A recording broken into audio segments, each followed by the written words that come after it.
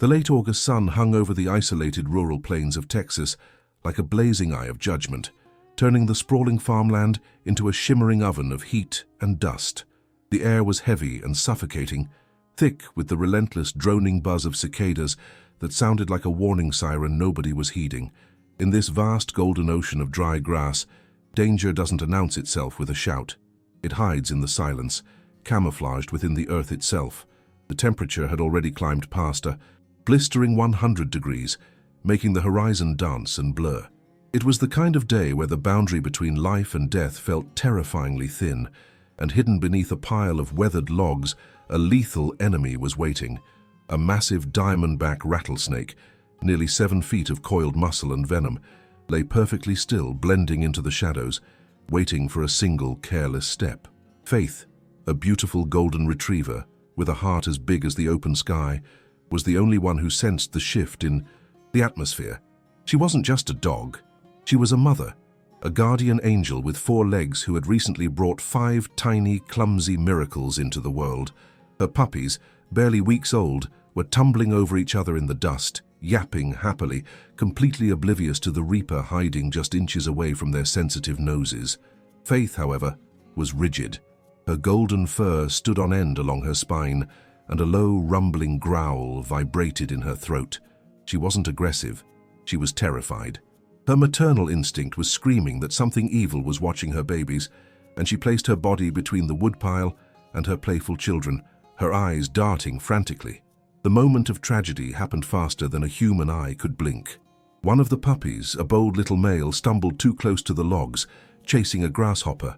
The rattling sound erupted like dry bones shaking, a chilling noise that freezes the blood. The snake launched itself like a spring-loaded spear, its fangs dripping with neurotoxic death, aiming straight for the fragile puppy. But Faith didn't hesitate. She didn't think about her own life. With a roar of pure motherly love, she threw herself into the line of fire, intercepting the strike.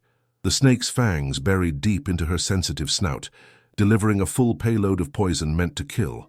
Faith let out a scream that was more human than animal, a high-pitched, heart-shattering yelp of agony that echoed across the empty fields. The force of the strike knocked her back, but she didn't run.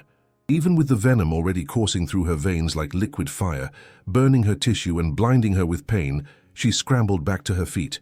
She stood trembling over her puppies, barking furiously at the retreating serpent, refusing to leave her post until the threat was gone.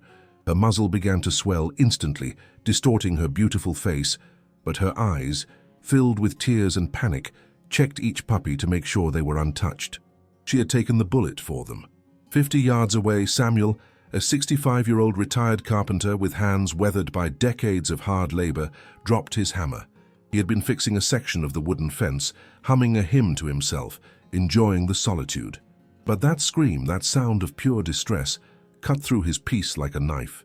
He knew his dog's voice, and he knew that wasn't a bark of play, it was a cry of mortal terror. "Faith!" he shouted, his heart hammering against his ribs as he scanned the yard. He saw her erratic movements, the way she was pawing at her face and the frantic way the puppies were scattering. Samuel ran as fast as his old knees would allow, his boots pounding the dry earth, kicking up clouds of dust. As he got closer, the gravity of the situation hit him with the force of a freight train. Faith was staggering now, her legs giving way under the rapid onset of the venom. Her breathing was already becoming ragged, a terrifying wheezing sound coming from her throat as the swelling threatened to close her airway. She looked up at Samuel as he slid to his knees beside her. She didn't whimper for herself. She nudged the puppies toward him with her nose. Her eyes were pleading, communicating a devastating message. "I saved them. Please save me." The old man's hands shook as he touched her face. The puncture marks were clear, oozing blood and serum right on her muzzle, the worst possible place for a bite. "Oh, sweet Jesus, no," Samuel whispered, his voice cracking with emotion. He recognized the signs of a diamondback bite immediately. The venom was potent, designed to digest prey from the inside out, and Faith had taken a massive dose directly to the head. Her face was ballooning rapidly, her eyes almost swollen shut within minutes. She licked Samuel's hand weakly, her tail giving a single slow thump before she collapsed onto her side, panting heavily in the dirt. The abstract villain was no longer the snake, it was time. Every second that ticked by was a second the poison moved closer to her heart and lungs. Samuel looked around the desolate farm. He was miles from civilization, alone with a dying dog and 5 helpless puppies. The isolation that he usually loved now felt like a prison sentence. He scooped Faith's head into his lap, ignoring the blood staining his jeans. She was heavy, her body burning with fever, her gums turning a pale, sickly grey as shock set in.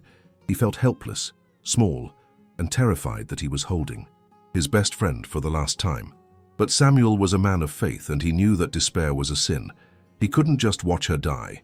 He looked at the puppies who were now whining and trying to nurse from their fallen mother, unaware that her milk was now tainted with trauma. Samuel gently pushed them away, his heart breaking at the sight. Faith let out a low moan, her breath hitching painfully. She was fighting to stay awake for her babies, but the darkness was closing in fast. She needed a miracle, and she needed it now. The nearest vet with anti-venom was over 30 miles away, and Samuel knew his old truck had been acting up all week. This brave mother just sacrificed everything to save her babies from a deadly rattlesnake. She is in agonizing pain and fighting for every breath. Before we see if Samuel can get her to safety in time, please subscribe and leave a comment saying, "Pray for Faith." She needs all the positive energy she can get right now. Samuel didn't waste a single second mourning the tragedy unfolding in the dirt. He converted his fear into raw kinetic energy. He knew that diamondback venom is a ticking time bomb, dissolving tissue and shutting down organs with terrifying speed. He scrambled to his feet, ignoring the protest of his arthritic knees, and rushed to open the passenger door of his rusted pickup truck. The interior was baking hot, the vinyl seats radiating heat like a frying pan, but there was no time to let it cool down. He grabbed an old blanket from the back seat and threw it over the upholstery to protect Faith's burning skin. The clock in his head was ticking louder than the cicadas in the trees. Tick, tock, life, death. He ran back to Faith, who was now struggling to keep her head raised. Her breathing had become a wet, gurgling sound that chilled Samuel to the bone. He knelt beside her, sliding his arms under her chest and hips. She was a big girl, nearly 70 pounds of muscle and fur, but right now she felt like lead. As he lifted her, she let out a sharp, involuntary yelp of agony. The movement sent a fresh spike of pain through her swollen face, but she didn't snap at him. Instead, she rested her heavy, throbbing head against his shoulder, surrendering completely to his care. It was an act of profound trust that brought tears to Samuel's eyes. Carrying her to the truck was a battle of physical endurance and emotional fortitude. Every step Samuel took kicked up dust, his boots slipping on the dry grass.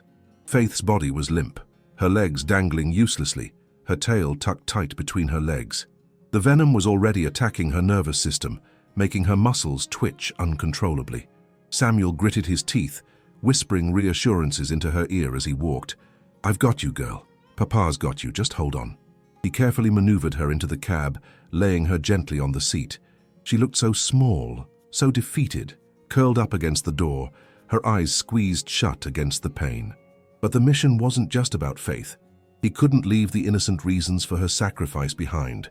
The 5 puppies were huddled together in the dirt, confused and whimpering, sensing the distress of their mother.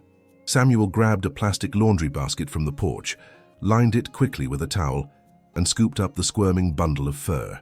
He placed the basket on the floorboard of the truck, right beneath Faith's nose. Even in her delirium, Faith tried to reach down to lick them, her maternal instinct, fighting through the haze of the toxin. It was a heartbreaking sight, a dying mother trying to comfort her children while her own life hung by a thread. Samuel jumped into the driver's seat and jammed the key into the ignition, praying harder than he had in years. "Please, old girl, don't fail me now," he muttered to the truck. He turned the key. The engine coughed, sputtered, and died. Silence filled the cab, heavy and terrifying. Samuel's heart stopped. He pumped the gas pedal. Frantically, sweat pouring down his face, mixing with the dust. He turned the key again, holding his breath. With a reluctant roar and a cloud of black smoke, the engine finally caught life. It wasn't a healthy sound.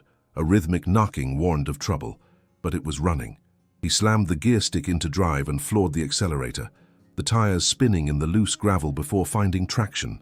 The truck fishtailed onto the narrow dirt road, kicking up a rooster tail of red dust behind them. The nearest animal hospital with anti-venom was 30 miles away, a distance that felt like an eternity on these washboard roads. Samuel kept one hand on the steering wheel, knuckles white, and the other resting firmly on Faith's flank, monitoring the rise and fall of her chest. Her breathing was becoming shallow and rapid, her heart beating like a trapped bird against her ribs. The journey quickly turned into a nightmare obstacle course. A sudden gust of wind swept across the plains, signaling the start of a dust storm. Visibility dropped to near zero, the world turning into a haze of brown and orange. Samuel had to squint through the windshield, fighting the urge to slow down. He knew that slowing down meant death for Faith. He navigated by memory, dodging potholes that could shatter an axle, the truck bouncing violently. Every bump elicited a groan from Faith, her swollen face sensitive to the slightest vibration. Samuel cursed the road, cursed the snake, cursed the distance. 10 miles in, the truck's temperature gauge began to creep dangerously toward the red zone. The old radiator was struggling against the scorching Texas heat and the strain of the high-speed run. Steam began to hiss from under the hood, a sinister sound that competed with the whining of the puppies below. "No, no, no," Samuel shouted, slamming his hand on the dashboard. "You will not quit on me, you hear me?" He blasted the heater to draw heat away from the engine, turning the cab into a sauna, sweating profusely as he suffered alongside his dog. He would drive this truck until the wheels fell off if he had to. Faith's condition was deteriorating rapidly. Her head lolled off the seat, her tongue hanging out, purple and swollen. She had stopped making sounds. Samuel shook her gently. "Faith, stay with me. Look at your babies." She didn't respond. The venom was shutting her down. Panic, cold and sharp, pierced Samuel's chest. He pressed harder on the gas, the engine screaming in. Protest. He began to talk to her loudly, telling her about the steak he would cook her, the walks they would take, anything to keep her tethered to this world. He needed her to hear his voice, to know she wasn't alone in the dark. Then, the scariest moment of all occurred. Faith's body went completely rigid for a second, then limp. Her breathing seemed to stop. Samuel screamed her name, reaching over to rub her chest vigorously with his rough hand. "Breathe! Breathe, damn it!" For 3 agonizing seconds, there was nothing. Then a gasp. A ragged, terrible intake of air that sounded like ripping fabric. She was still there, but barely. She was hovering at the precipice, looking into the abyss. Samuel could see the town limits appearing in the distance through the dust. They were close, but was it close enough? He tore onto the paved road, running a stop sign without hesitation. The clinic was just a mile ahead now. The truck was shaking, the engine knocking loudly. Steam, billowing from the grill like a dragon's breath. Samuel didn't care if the engine exploded the moment they arrived. He just needed to get to that door. He saw the sign for the veterinary hospital and swerved into the parking lot, the tires screeching as he slammed on the brakes right in front of the entrance. The sudden stop threw the puppies against the side of the basket, making them yelp.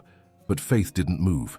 Samuel threw his door open and ran to the other side, ripping the passenger door open. Faith was unconscious, her face distorted beyond recognition, her beautiful golden features swallowed by the swelling. He gathered her into his arms, her body feeling alarmingly hot and heavy. He kicked the clinic door open with his boot, stumbling into the cool, sterile waiting room with his precious burden. "Help! Rattlesnake bite! She's dying!" His voice boomed, cracking with desperation. The receptionist's eyes went wide, and she immediately hit the emergency buzzer. A team of techs and a doctor in blue scrubs came rushing out from the back. They didn't ask questions. They saw the limp dog and the frantic man and went into professional overdrive. They took Faith from Samuel's trembling arms and placed her on a rolling gurney. "Get an IV line started now. I need 3 vials of anti-venom stat," the doctor shouted as they wheeled her away. Samuel stood there, covered in dust, sweat, and dog hair, his arms suddenly empty. He turned back to the door. "My puppies." "They're in the truck," he stammered, his adrenaline crashing. He ran back out to the steaming truck to retrieve the basket of puppies. They were safe, shaken, but alive.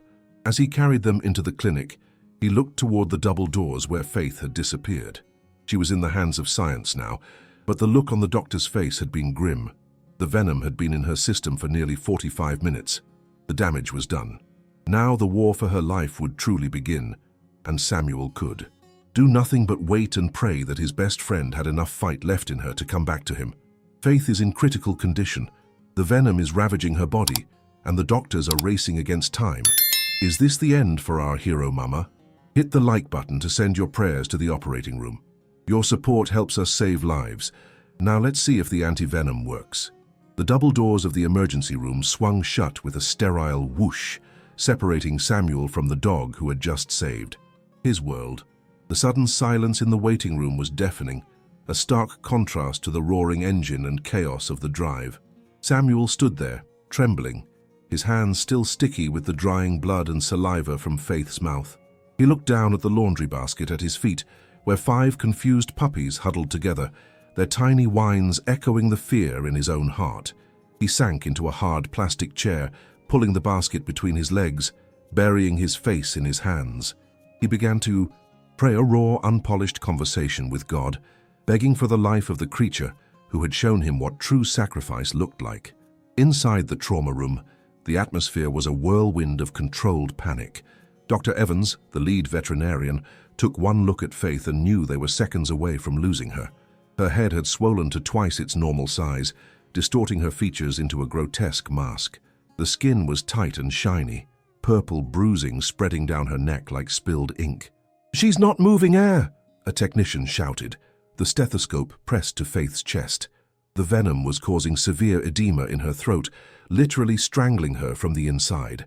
She was drowning in her own tissues, her gums blue from lack of oxygen. "Get me the laryngoscope now. We need to intubate before her airway closes completely," Dr. Evans barked, his voice cutting through the noise. He pried open Faith's jaws, but the swelling was massive, turning her throat into a wall of angry red flesh. He couldn't see the vocal cords. He was flying blind. Faith's body gave a violent jerk as her brain panicked from hypoxia. "Hold her down," the doctor ordered, sweat beading on his forehead. He tried to slide the tube in, but it hit resistance. The clock on the wall seemed to mock them. If they didn't get air into her lungs in the next 30 seconds, her heart would stop. With a prayer and a steady hand, Dr. Evans tried a smaller tube, guiding it by feel and instinct. He pushed past the obstruction, feeling the subtle pop of the trachea. "I'm in! Inflate the cuff!" he shouted. He attached the ambu bag and squeezed. Faith's chest rose, a beautiful, mechanical expansion of life. The room collectively exhaled. They hooked her up to the ventilator, the rhythmic whoosh hiss of the machine taking over the burden of breathing for her battered body. She was alive, but she was in a medically induced coma, suspended between worlds. Now came the chemical warfare. The nurse handed Dr. Evans the vials of anti-venom, liquid gold that cost a fortune but was worth every penny. He injected the serum directly into her IV line. It was a race now, the anti-venom chasing the toxins through her bloodstream, trying to neutralize the poison before it liquefied her kidneys and destroyed her blood's ability to clot.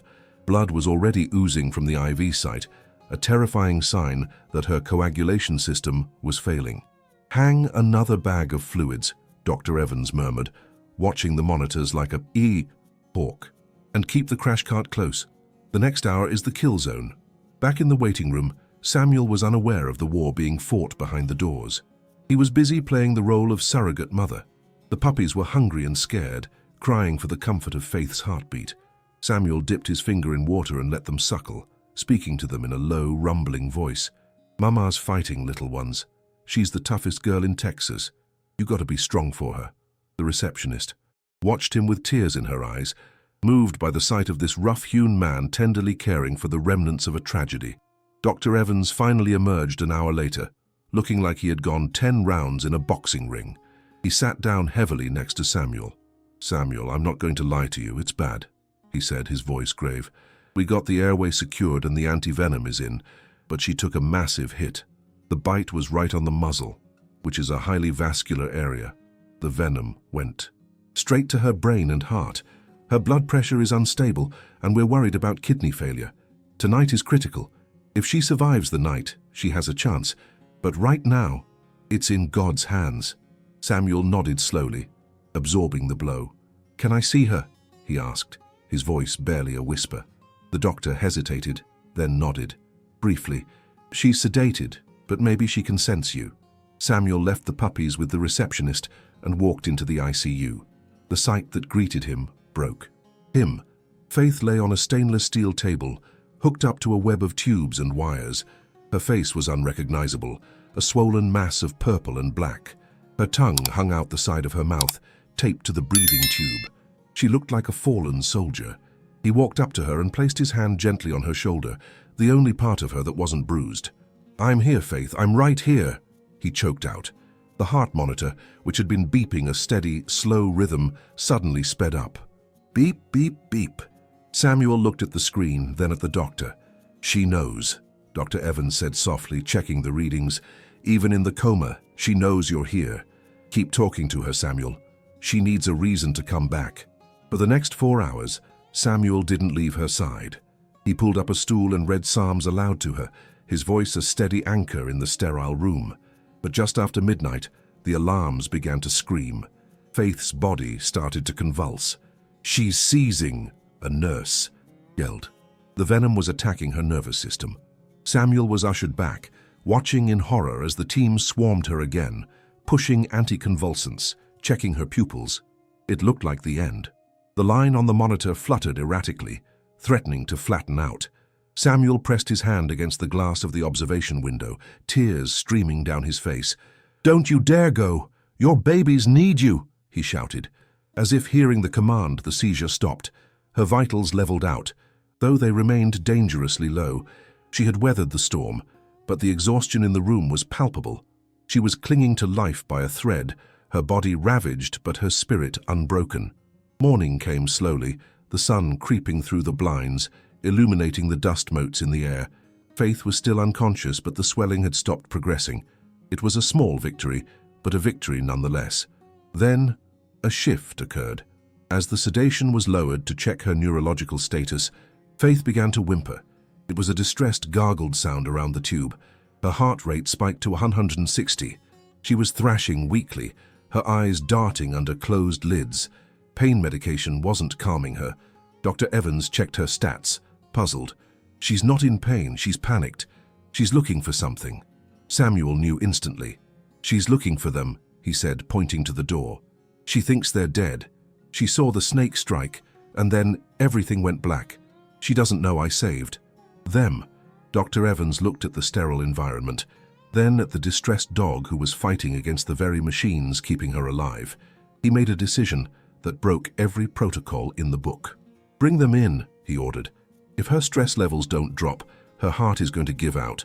She needs to know they made it." Samuel ran to the lobby and grabbed the basket. He rushed back into the ICU, the puppies yapping loudly now that they were awake. The moment Samuel placed the basket near Faith's head, the change was instantaneous. The scent of her puppies hit her nose. Her thrashing stopped. She opened her eyes, slits in the swollen flesh, and focused on the wriggling bundle of fur. Samuel lifted one puppy, the little male who had been the target of the snake, and held him to Faith's ear. The puppy licked the side of her face furiously, squeaking his hello. Faith let out a long, shuddering sigh that deflated her entire body. Her tail, which had been limp for 12 hours, gave a tiny, weak thump-thump against the metal table.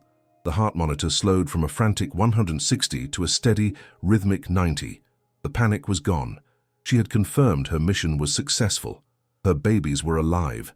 The will to live, which had been flickering like a candle in the wind, suddenly roared back into a flame. She wasn't just surviving anymore, she was fighting to get back to them. Dr. Evans wiped his eyes, checking the chart. "I've seen a lot of medicine," he whispered to Samuel, "but that's the best drug in the world. Her pressure is stabilizing. She's turning the corner, Samuel. I think she's going to make it." The crisis had passed, broken by the unbreakable bond of a mother's love. Faith had stared death in the face and growled, not for herself, but for the tiny lives in the basket beside her. The power of a mother's love just saved Faith's life. She fought through the poison because she needed to see her babies again. If this miracle reunion made you emotional, hit that like button. Let's show Faith the love she deserves. Now let's watch her amazing recovery. 3 weeks have passed since that terrifying race against death on the dusty roads of Texas, And if you visited Samuel's farm today, you would witness a transformation that defies medical logic. Faith, the dog who looked like a beaten prizefighter with a face swollen beyond recognition, has reclaimed her title as the Queen of the Plains. The horrific swelling that threatened to suffocate her has completely vanished, revealing her elegant, expressive snout once again. Her golden coat, which had been stained with sweat, blood, and the grime of the emergency room, now shines with a brilliance that rivals the sunset. She moves with a grace and power that suggests she never faced a drop of venom in her life, though a small hairless scar remains on her nose, a permanent badge of honor proving she faced the devil and won. The road to recovery was paved with Samuel's unwavering devotion. For the first week back home, Faith was too weak to walk to her food bowl, so Samuel brought the restaurant to her. He sat on the floor, hand-feeding her pieces of roast chicken and rice, whispering praises for every bite she swallowed. He applied warm compresses to her face 3 times a day to help the fluid drain, treating her with the tenderness one would show a porcelain doll. It was during these quiet moments of care that the bond between the old carpenter and the brave mother solidified into something unbreakable. She wasn't just a pet anymore. She was his partner, his survivor, his family. Then came the spa day, the official celebration of her return to the living. On a warm Saturday afternoon, Samuel filled a large galvanized tub in the yard with tepid water and gentle oatmeal shampoo. Faith didn't shy away. She stepped into the tub with a dignity that made Samuel chuckle. As he lathered her fur, scrubbing away the medicinal smell of the clinic, Faith closed her eyes and leaned, her heavy head against his chest. When he rinsed her off and towel-dried her, she did the classic wet dog shake, spraying water everywhere and drenching Samuel. For the first time in weeks, Samuel laughed, a deep belly laugh that chased away the ghosts of the silence that used to haunt the farm. As for the puppies, the Fab Five are no longer helpless victims. They have exploded into a gang of chubby, energetic fluff balls that Samuel affectionately calls his little land sharks. They have taken over the farmhouse, turning the living room into their personal wrestling ring. They chew on Samuel's boots, chase crickets in the grass, and tumble over each other in a chaotic symphony of yips and barks. Faith watches them from the porch, not with the panicked eyes of a protector under siege, but with the relaxed, half-lidded gaze of a mother who knows the war is over. Occasionally, she steps into the fray to gently discipline them or to initiate a game of tag, her tail wagging like a metronome of pure joy. The loneliness that once defined Samuel's retirement has been obliterated by 6 beating hearts. He initially thought he would find homes for all the puppies, but as he watches them sleep in a pile at Faith's feet, he knows that's going to be the hardest task of his life. For now, the farm is a sanctuary of life. The silence of the plains is no longer oppressive. It is filled with the sounds of playing dogs and the peace of a man who found his purpose. The dread of the rattlesnake has been replaced by the safety of the fence Samuel finally finished repairing, this time reinforced to keep every danger out. The final scene is a painting of perfect redemption. It is dusk, and the sky is painted in strokes of violent orange and soft purple. Samuel sits in his favorite rocking chair on the porch, the wood creaking rhythmically. His Bible is open on his lap to a psalm of thanksgiving. Faith is lying across his feet, her chin resting on his boot, her eyes watching the horizon. She's no longer guarding against monsters. She is simply enjoying the breeze. The scar on her nose catches the last light of the day, a reminder that love is painful, but it is also the most powerful antidote to poison in the world. Faith's story is a testament to the instinct that God placed in every mother's heart. She didn't calculate the risk. She didn't hesitate. She saw death coming for her children and stepped in its path. And Samuel, he reminds us that heroes don't always wear capes. Sometimes they wear dusty boots and drive broken-down trucks, fueled only by the refusal to let a good soul die. In a world full of snakes, be a Samuel. Be the shield. Be the driver. Be the one who stays until the swelling goes down and the sun comes up again. Faith carries a scar on her nose as a medal of her bravery. Do you think scars make rescued animals even more beautiful? Tell us in the comments.